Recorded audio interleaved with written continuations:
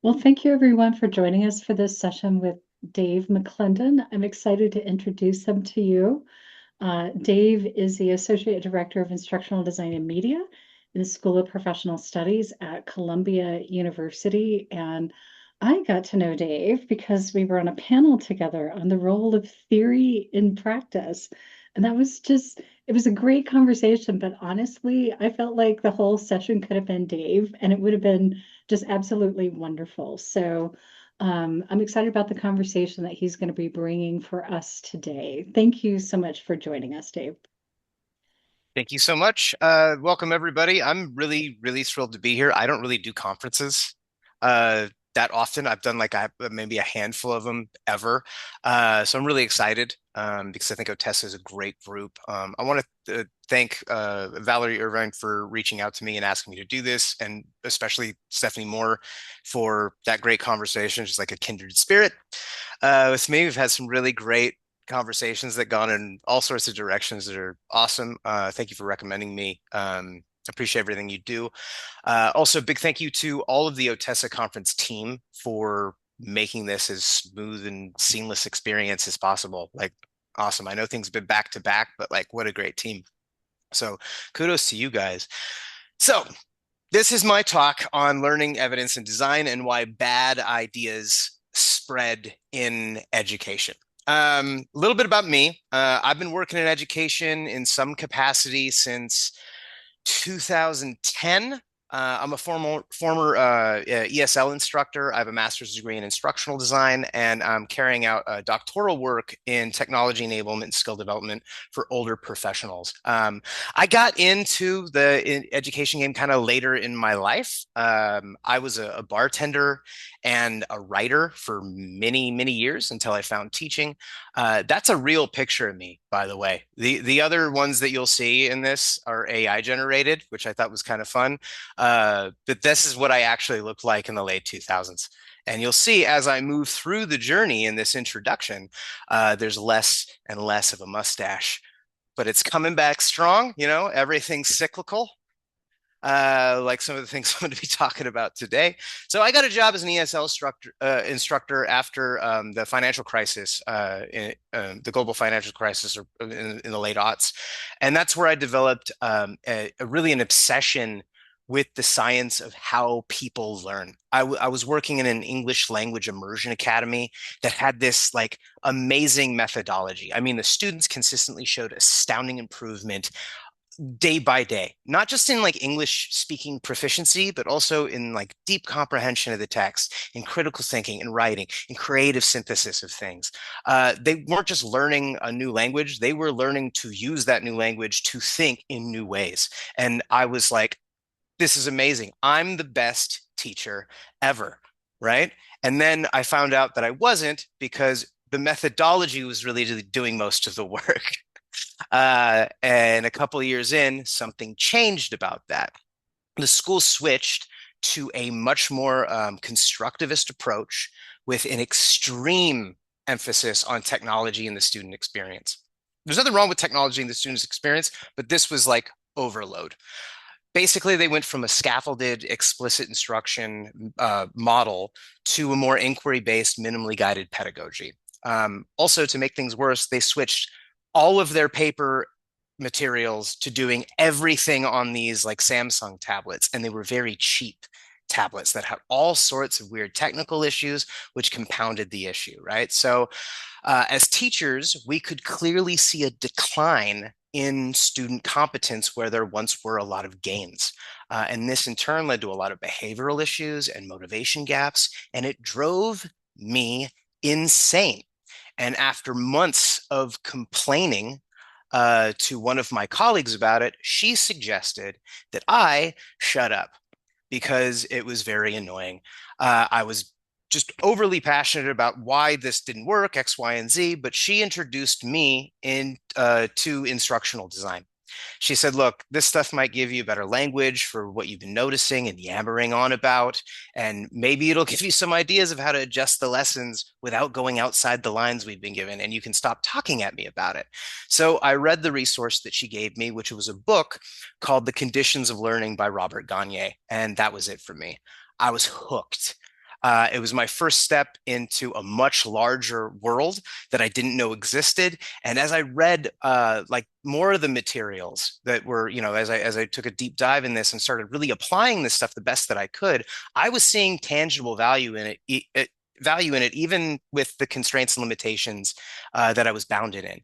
But I eventually knew enough about it to know how much I didn't know, and I wanted to go much, much deeper with it. So I moved to New York and I enrolled in a master's program in instructional design, which led to a wonderful job at Columbia University, where I've been working, growing, exploring ever since. Um, now that I'm looking at this picture, it looks like an Olestra commercial, and I really need to change this. But I'm very happy. All right, maybe this captures it. I'm still just as obsessed with the learning sciences as I was when my colleague gave me that book by Gagne, which I still refer to today.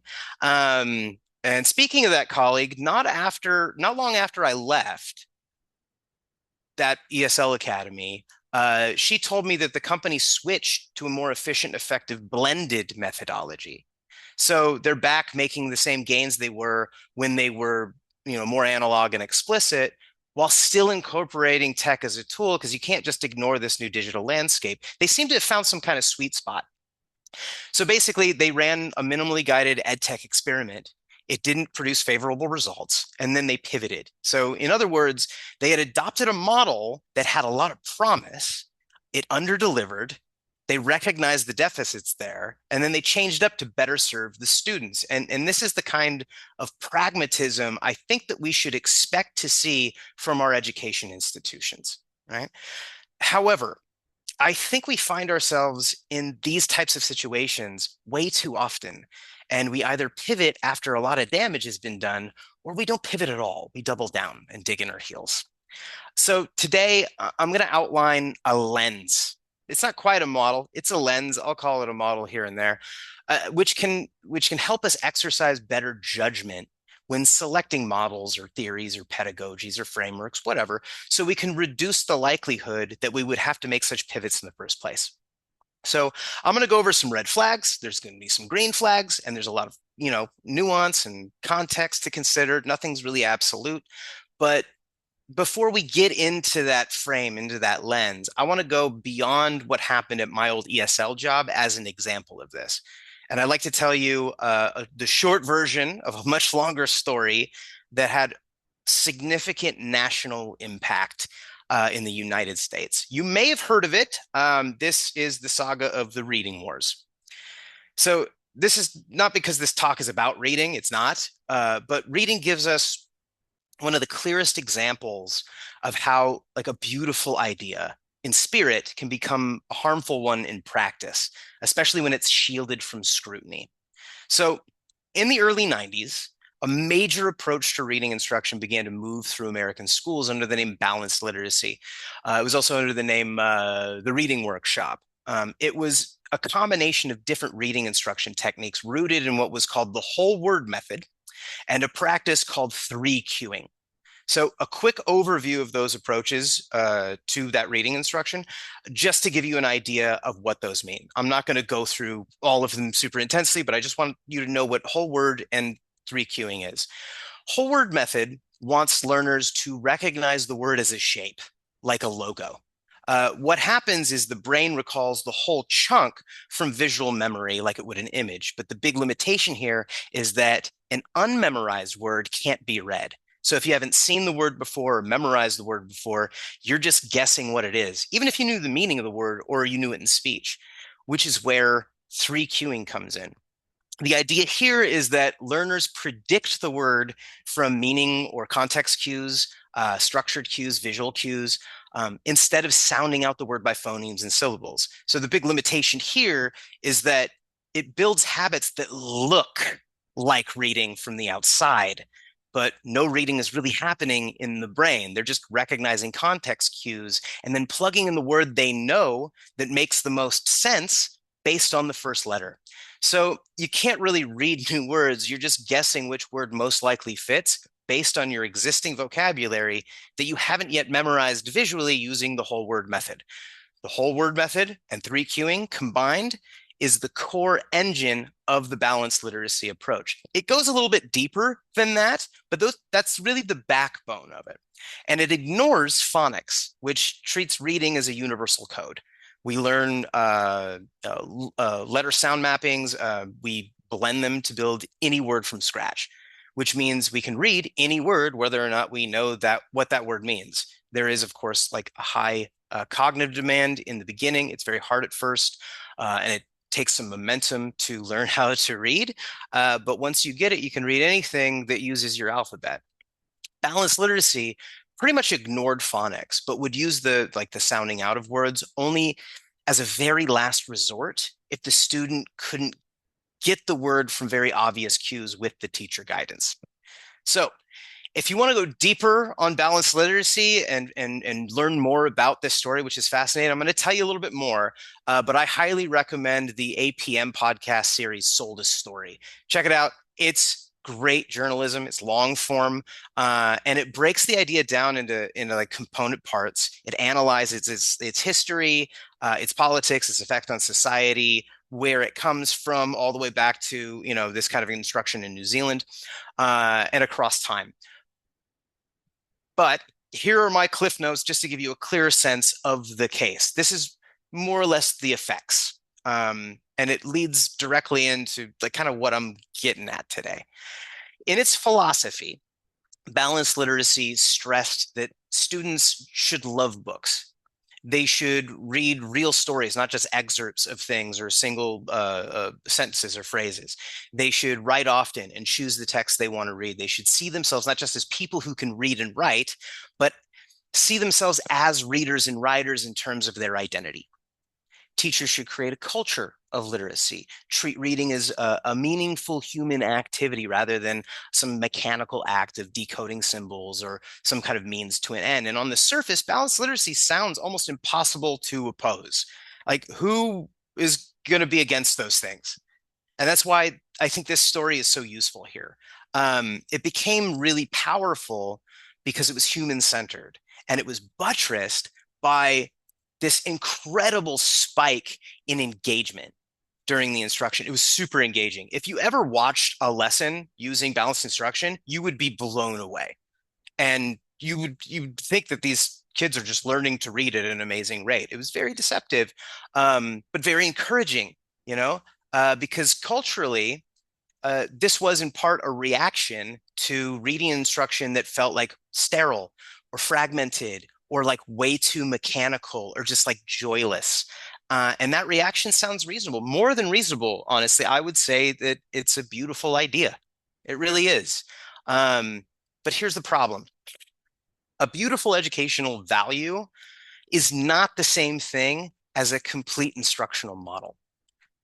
So students should love reading. They should make meaning from text. They should engage with stories, absolutely. But in order to do those things, you have to know how to read. The core problem was that balanced literacy was putting the romance of reading on a pedestal while under teaching the machinery of it. It honored the identity of the reader, but it neglected the mechanisms that let students actually read the words on the page. And that distinction is super important because the critique isn't that the joy of reading is bad or choice is bad or authenticity is bad. The critique is that those things are not sufficient conditions. The student can't decode the words. As Dan Willingham said, maybe this is his quote, I heard him say it, so maybe it came from somewhere else, but he said, we learn to read so we can read to learn. And if you know where that quote comes from, if it's not Dan Willingham, but put it in the chat so I know what it is. So balanced literacy, they didn't teach kids how to read. It taught kids to look like they could read. And the engagement was so powerful that teachers really couldn't tell the difference. Parents started to, though.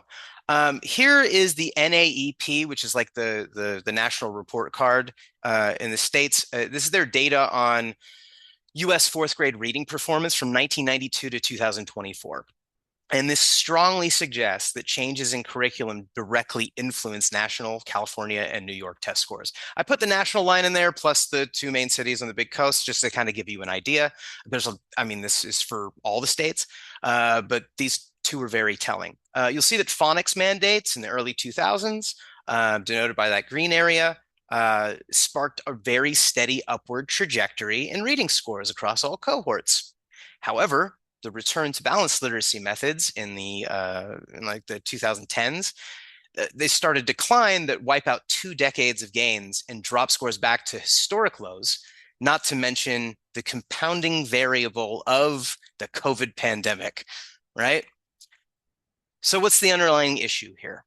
There's a lot of data out there on how reading gets lateralized in the brain, what the cognitive processes are involved, and so on and so on and so on. If you'd like them, I'm happy to provide a bunch of resources for you so you can take a deep dive. But the gist of it is this. Students need to learn how the written code works. And for many students, especially struggling students, that doesn't really happen with non-phonics methods. And just as an aside,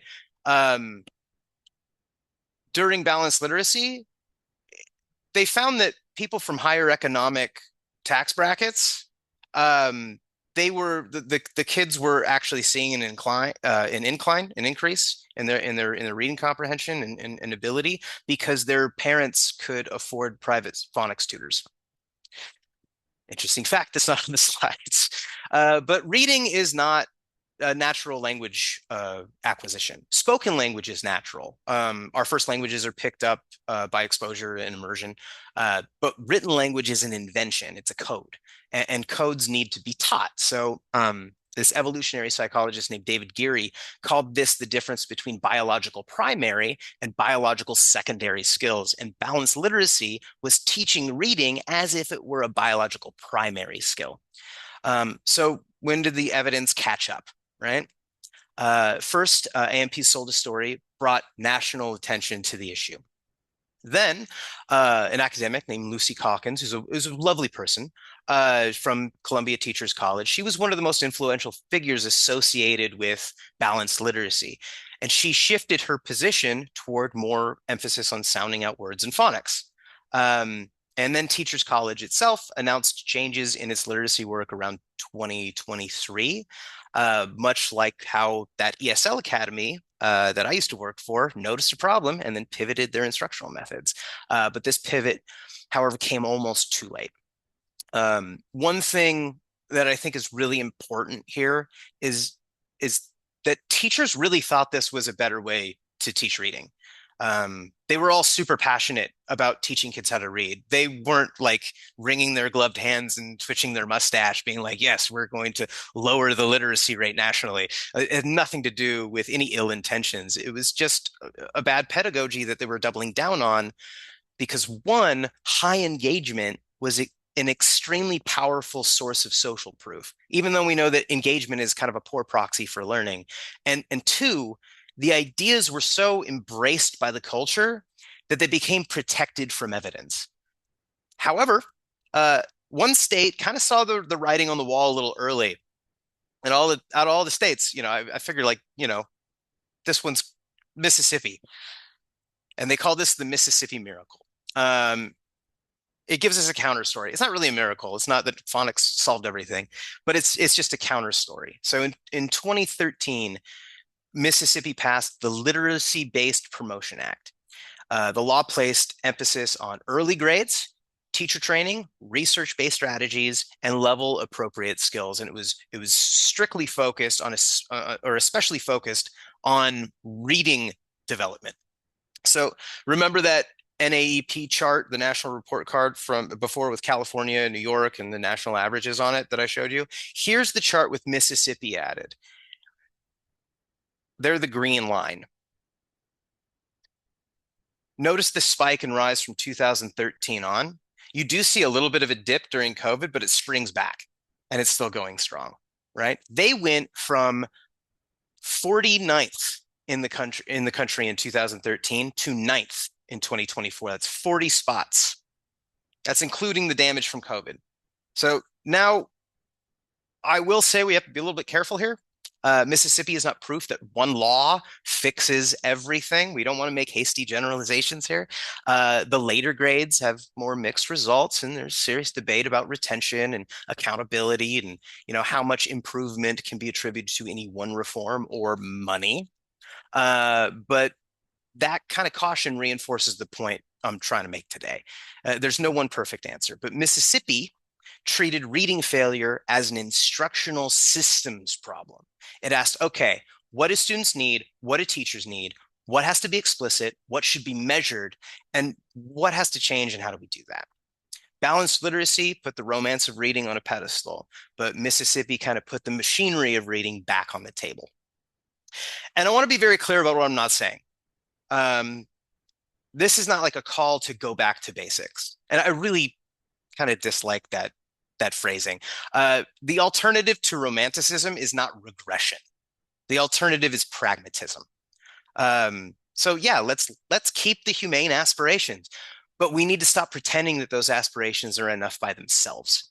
A good model does not ask us to choose between joy and evidence or between meaning and mechanics. A good model is just pragmatic. That's not back to basics. That's forward to better design. And that brings me to the larger question of the talk. So thank you for bearing with me through my cliff notes of the reading wars, which I feel was a little long. Hopefully it was insightful. But the main question is, why do bad ideas in education spread? Like, what causes this to happen? And I think that they spread because they solve a problem. Whether it's psychological, institutional, or social, they give us a way to feel correct, innovative, and morally serious without always requiring us to do the harder work of design or measurement or revision, or just throwing something out that we're really attached to. Sometimes you got to kill your darlings, as they say. Bad ideas in education, they solve problems, not just just not instructional problems. They can cause instructional problems, like we saw with the switch to tech-based schooling from my ESL days, or the nationwide adoption of balanced literacy. So here's my working definition of a bad idea in education. A bad idea in education is not merely an idea that is false. It's an idea that becomes useful, repeatable, and protected, even though it doesn't help people learn.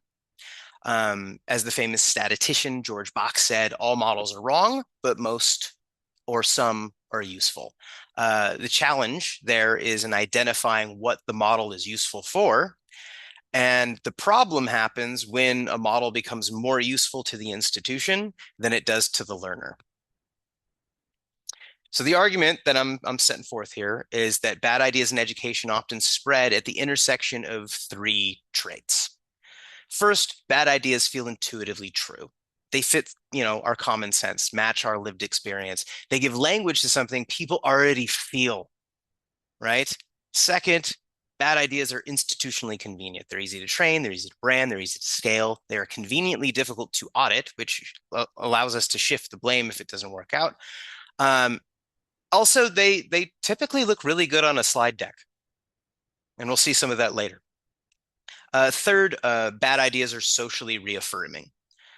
They let us feel like we're on the right side of history. They let us say we're honoring learners, respecting differences, centering students, disrupting old models, being more culturally attuned, or making education just more human-centered and humane. Those are not things that are bad at all, but bad ideas often hide behind that branding as a moral protection against scrutiny and criticism.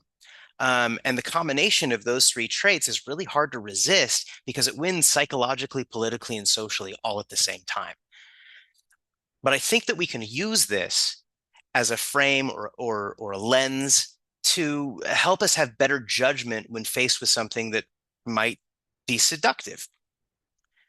This does run on a spectrum, and I put these things on a spectrum because otherwise this kind of thinking can become like a vacuous or facile rant against every popular idea in education, which is not what I'm trying to do, regardless of maybe what you took from my LinkedIn, if you've looked me up. And just because an idea has these three traits, it doesn't mean it's automatically bad at all. It just means it's more likely that you need to look into it. Some ideas are utter crap. They just are. Some ideas are lethal mutations, and I'll talk about what those are.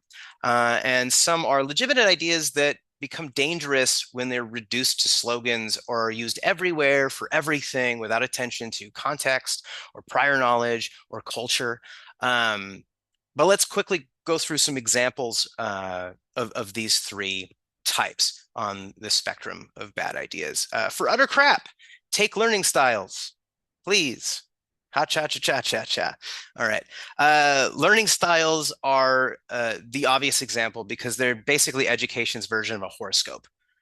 They flatter our intuition about ourselves. I'm a visual learner. That feels like me. If I'm not learning, maybe the problem is not effort or practice or feedback or how much I already know. Maybe the problem is that the instruction doesn't match my style. That feels really good. It gives failure a comforting explanation that trades on like the uniqueness of our identities. It's also very institutionally convenient. You can take some mediocre content and turn it into a video or a handout or a podcast or an infographic, especially with AI now, and then call it personalization. Right? How convenient is that? They're also morally protected because they sound very inclusive. Good educators honor every learner's unique way of learning. As a result, any critique gets framed as disrespectful or rigid or anti-student. So that's an example of what I would consider utter crap. There are many others. But I think this is, important to know about learning styles is they're not crap because preferences are fake. Preferences are real. Some people prefer diagrams or reading or listening, whatever. The bad claim is that diagnosing learners into these styles and then matching instruction to those styles is a reliable way to improve learning. It's not. This is called the meshing hypothesis, and it's been debunked over and over and over again, but still learning styles persists as what we call a zombie theory or a zombie myth. They just won't die, no matter how many times you shoot them in the head. It's utter crap. Then we have lethal mutations. I find these to be probably the most fascinating out of the three because they don't always begin as nonsense. Sometimes they begin as something very, very useful, and then they get simplified into nonsense. So I think Dale's cone of experience is a really good example here. The original idea from Edgar Dale was that educational experiences vary from concrete to abstract or inactive to abstract, right? And that designers should think about the kinds of representations and experiences that will most align to the aims of the lesson. That's nuanced and it's context dependent, right? And you have to kind of really know your subject, all of these different things. Then somewhere down the line, someone decides to attach retention percentages to it. And turn the inactive to abstract grading into a passive and active experiences. But to the untrained eye, the model feels more legit now because it has numbers. Ooh, it feels intuitive and very round numbers, by the way. It feels intuitive because, doing, intuitively feels more powerful than, say, listening or reading. And it's institutionally convenient because it justifies activity for activity's sake, which is low rent for a facilitator, and it's more fun for the participant.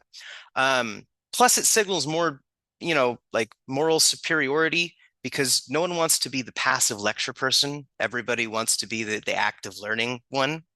And lo and behold, even mutations get mutated, like this hunk of shit right here. They even try to map it to Bloom's taxonomy verbs, which has also become a lethal mutation, by the way, and we can get into that later. But I do admit this does look good on a slide. It kills it on a slide. People pay attention. People take screenshots of it. That's why these are all over the freaking internet. Anyway, I digress. The next one is we have legitimate ideas that are vulnerable to misuse, right? I'm going to go over 4 here. Self-determination theory is a really good example. It's a serious theory of motivation. If you want to learn more about it, I'm going to give a plug to a friend here, Matt Richter, wrote a book called The Motivation Blueprint. I mean, chef's kiss on SDT. It is so good. Stephanie's giving thumbs up. Yeah, just go out, buy it, read it, and reach out to him. He'll get back to you. He's a wonderful person, and he really cares about this stuff. Anyway, SDT gives us like a lot of useful language excuse me, for thinking about autonomy, competence, and relatedness, and how those lead to types of motivation, whether they're controlled or autonomous. Um, but it can still be like really easily sloganized and then misused. So the idea of autonomy becomes give students a bunch of choices. Competence becomes make students feel confident, give them, praise. And relatedness becomes like, oh, we'll just add some discussion boards and they'll relate to each other, right? And if you do those things, you might actually hurt the learning. Because learning's context dependent. So is motivation. So now a serious theory has been turned into some kind of like due diligence checklist that might actually just add extraneous load.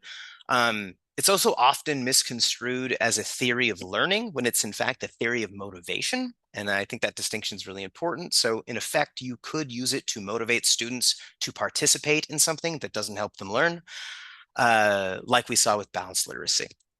The same thing happens with UDL. I know everyone loves UDL. Everyone's just nodding their head. Good.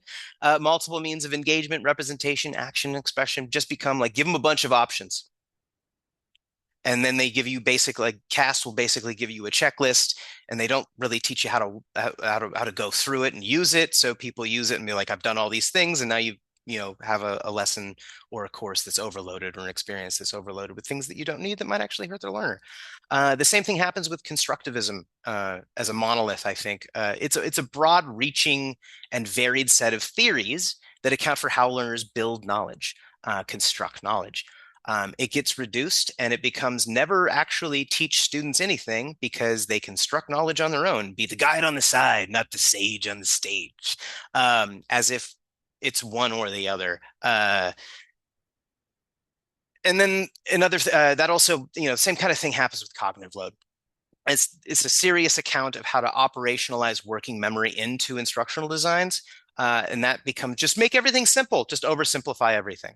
It's all a mass irresponsible practice and reductionism that I think personally comes from either neglecting to do the reading of the source material or getting all of your ideas from infographics that you find from a Google search. We just put way too much trust into tertiary sources when it comes to these things. With that said, I need to turn the critique on myself. The lens I'm promoting today, this dark triad of bad educational ideas, is itself an idea you should be skeptical of because I think it feels true. I think it is institutionally convenient. I think it gives us a satisfying moral posture. It lets us look at other people's ideas and say, well, I don't know about this over here. Look at this lens. This might not be very good. So this triangle is not the truth. It's just the lens. It simplifies. It leaves things out. It won't be enough. It will over-explain some things, under-explain others. And that's not a flaw unique to this idea. That's what models and frameworks do. They're a simplified version of a more complex reality, like a map. The question is not whether the model is wrong. They're all wrong. The question is whether it helps us do something useful. And hopefully this one will help us do something useful if you decide to adopt it. So we've covered what can happen to a single school, like the ESL school, and what can happen on a national scale with a bad idea. And we've covered a way to spot some red flags with this, triad. But before we move to, recognizing the green flags of ideas, I want to bring in one more case that's very near and dear to my heart. It's called Project Follow Through. And Project Follow Through is one of the most fascinating and most revealing stories in American education. This isn't about the adoption of a bad idea. It's about the dismissal of a really good one. So Project Follow Through began in the late 1960s as a part of the broader war on poverty from Johnson. It was originally connected to Head Start, and it was meant to extend support to the early elementary grades, especially for students from socioeconomically underserved communities. But over time, follow through became something super rare in education research. It was a federally funded, large scale comparison of competing instructional models across a large sample over a long amount of time. So you have to recognize that education research rarely produces studies that compare whole models at that scale. It just doesn't really happen. It's not feasible. It's not that they don't want to, it's just hard to do. Most education research is smaller, it's more local, it's more limited in design. Yeah, it's hard to tell, it's hard to do RCTs. You basically get like, self-report data and stuff like that. And the field struggles a lot with replication. It doesn't mean it's not good. It just means that it has its issues that it needs to work through. And I think that basically project follow through though is the biggest study most educators have never heard of. It covered approximately 200,000 students in 178 disadvantaged communities around the country. Parents of those students were asked to pick out of 22 models which would be adopted at their school. And they ended up with 9 models total to be evaluated. The government then funded the model through the university and private institution sponsors, and then it ran for 10 years. Each of the 9 models were evenly typified into 3 buckets, right? There were the basic skills models, and you can see them listed underneath: direct instruction, behavioral analysis, Southwest Lab. They focus on the acquisition of basic knowledge and skills. It was a bottom-up approach, and it targeted foundational language and numeracy. These models made the assumption that higher order thinking, problem solving, and self-esteem would arise from a mastery of these component skills, right? Then there were the cognitive models, and they emphasized the development of higher order cognitive skills. This was top down, and it targeted thinking and problem solving. And their assumption was that the lower order basic skills and self-esteem would be acquired automatically in the process of mastering more complex problems. And then there were the affective models, and these were focused on promoting positive self-esteem as a means to improve the learning and development of disadvantaged learners. The assumption is that experiences that raised self-esteem would be kind of a motivational catalyst to learn all the other stuff, and achievement would rise in all levels. The models in these 3 buckets were all evaluated against a national control baseline, and each model ran in about 20 schools each, which each had its own control school. So this was a very, very involved study.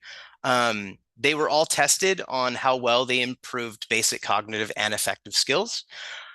And they also measured how well they improved reading, spelling, math, and language competency individually. So by the late 70s, data on each program had been gathered by the Stanford Research Institute, and then it got analyzed. And here are the results after 10 years of the experiment. You guys ready?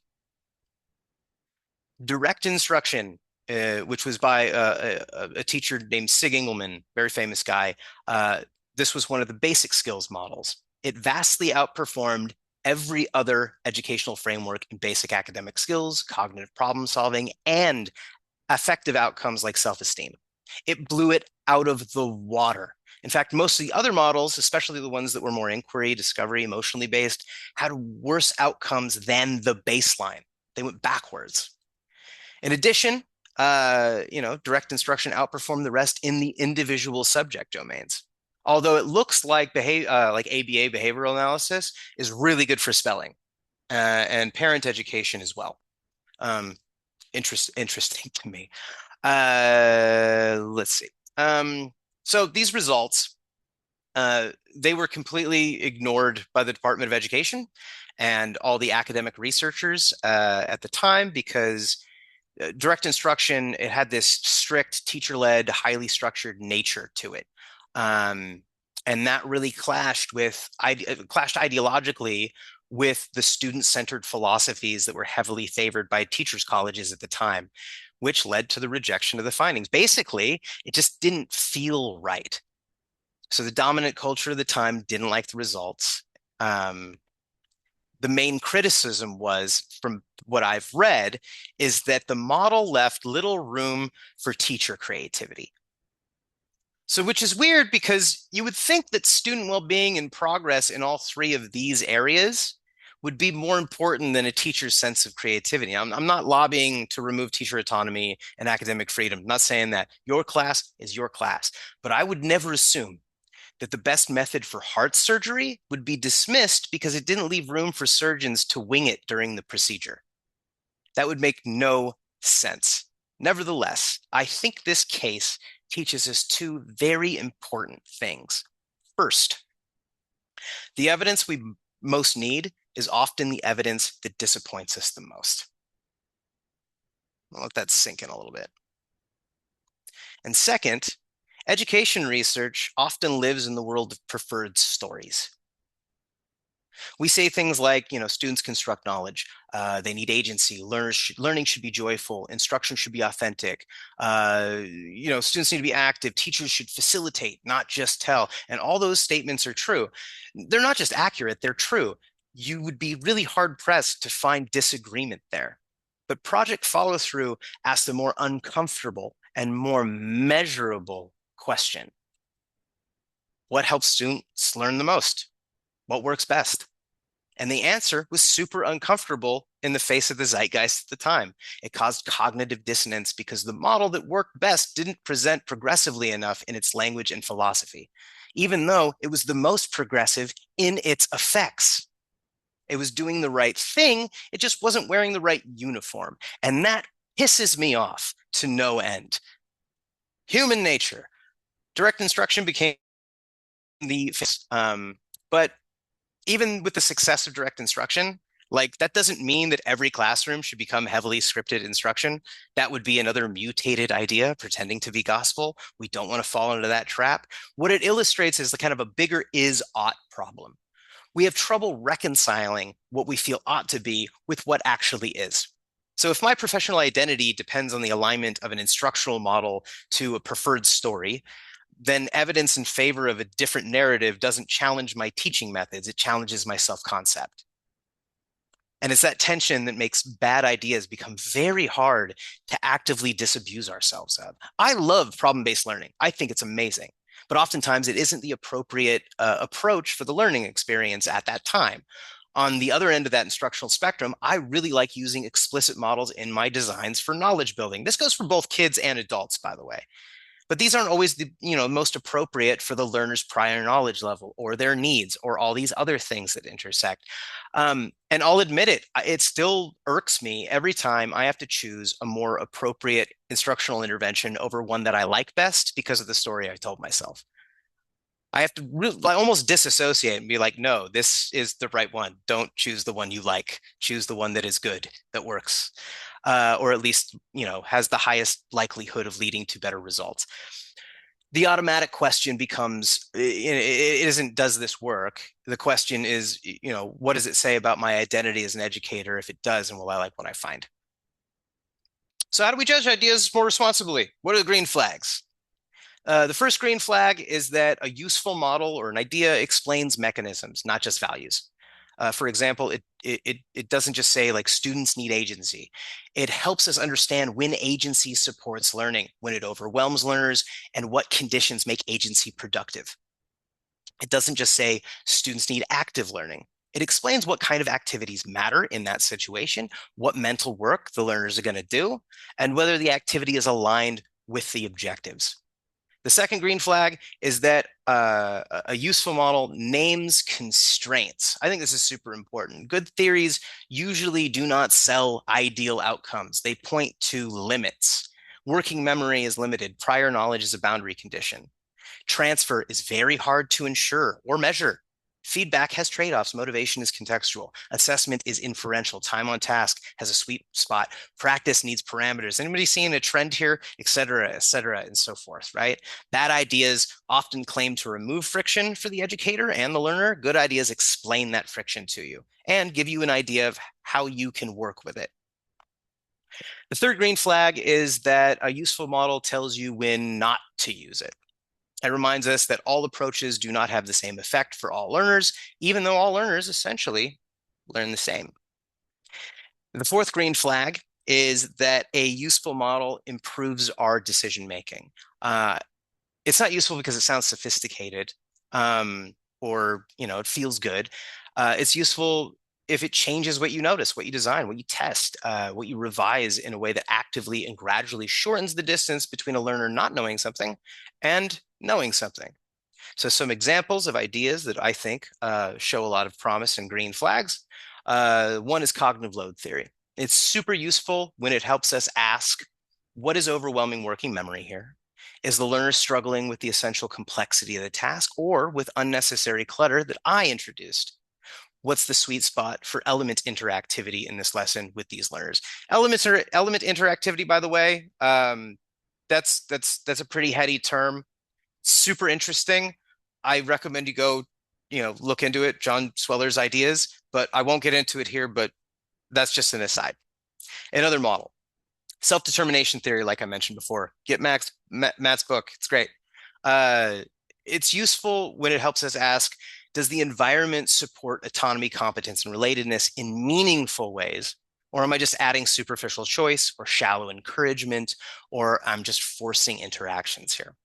The assessment triangle is another one. I think this one's really great.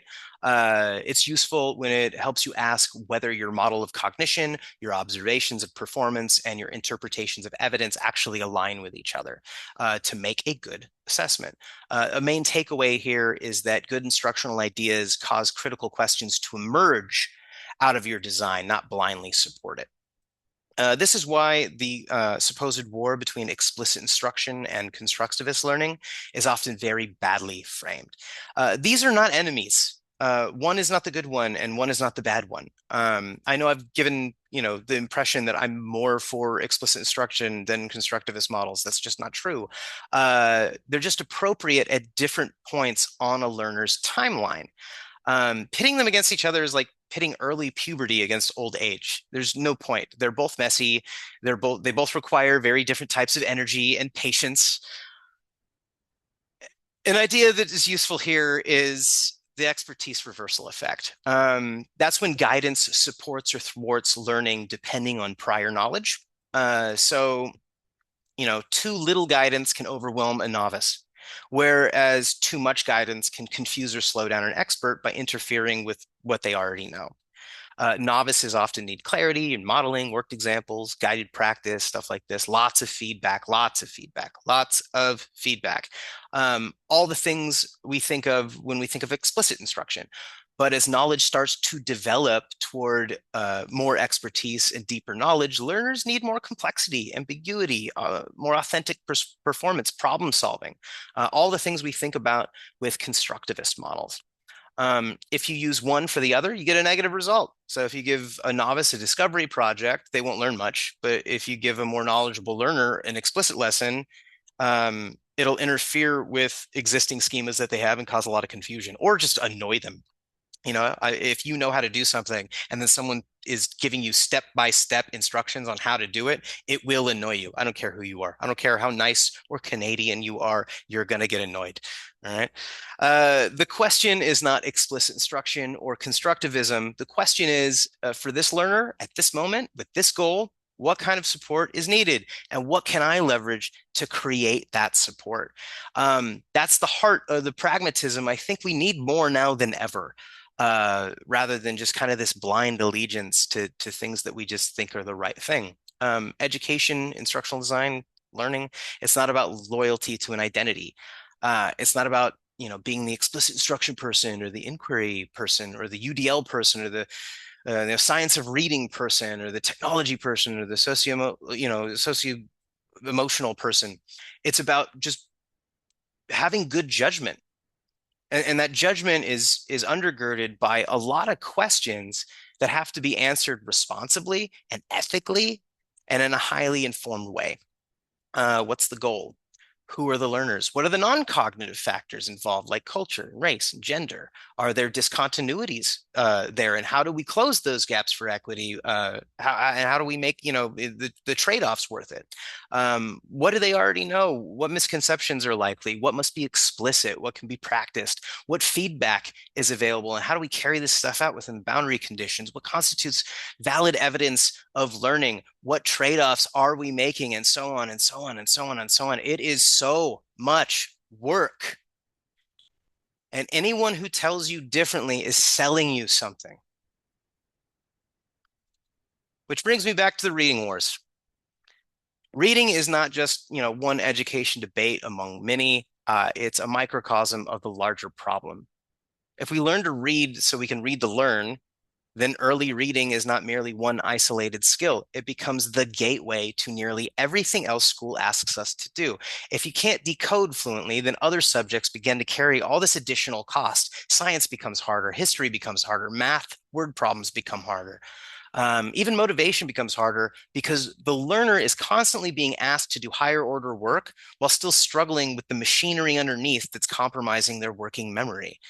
And they, break down or lose focus. That's why I think this story goes beyond reading instruction alone. It shows what happens when education falls in love with the right values but loses track of the necessary processes.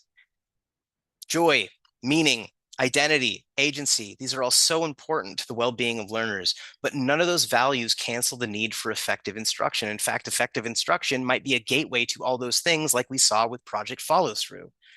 Self-esteem went through the roof. Project Follow Through asked education to do something off it says it wants to do, but it can't always endure, right? It asked different models to stand next to each other and be judged by their outcomes. And that's the uncomfortable through line between these two stories. In both cases, the evidence challenged a preferred narrative. And that's important because if we are not modeling what we are teaching something else. If we tell students to follow evidence, but we protect our favorite models from evidence, we're teaching something else. We tell students to revise their thinking, but we refuse to revise our own frameworks, we're teaching something else. We tell students that learning requires effort and feedback and correction and humility, but we build these institutions around ideas that are easy to sell and hard to question. We are teaching them something else. That's why this is not just a technical debate about phonics or reading workshops or explicit instruction or constructivism, whatever. It's a question of academic honesty and humility. Do our models help learners know more, perform better, eventually take the reins and take hold of their responsibility and the courage of their own learning? Or do they mostly help us feel like the kind of educators we already want to be? And that's why we need more than good intentions. We need better questions. We need to scrutinize the evidence. We need models that are humble enough to be revised and strong enough to guide our actions. We need to put measures in place that reduce the public legitimacy of bad ideas. So as I close this out, and thank you for bearing with me this whole time, I want to reiterate that this model of sorts, this lens, this frame that I've laid out today is wrong. It's wrong. All models are wrong. It simplifies, it distorts, it leaves things out. But I think it can be useful, not because it gives us, any kind of like final answers or anything, but because it can be a support for improving our judgment and asking better questions, especially when we get in our own way. So when an idea feels obvious, when it feels easy for institutions to adopt, and when it lets us feel morally superior, we should really slow down, not to become cynical. This is not a call for cynicism, but to become responsible, to become agents of change in the direction of a pragmatic future. But most importantly, just to serve our learners the most efficiently and effective way that we can. So as we get into the Q&A portion of this, I'll throw out the first question. What idea in your own context and your own experiences feels true, is easy to sell, and makes everyone feel like a really good person? And what would it take to test whether it's actually helping people learn beyond your own experience? Thank you, everybody. I really appreciate all your time. And thank you for having me.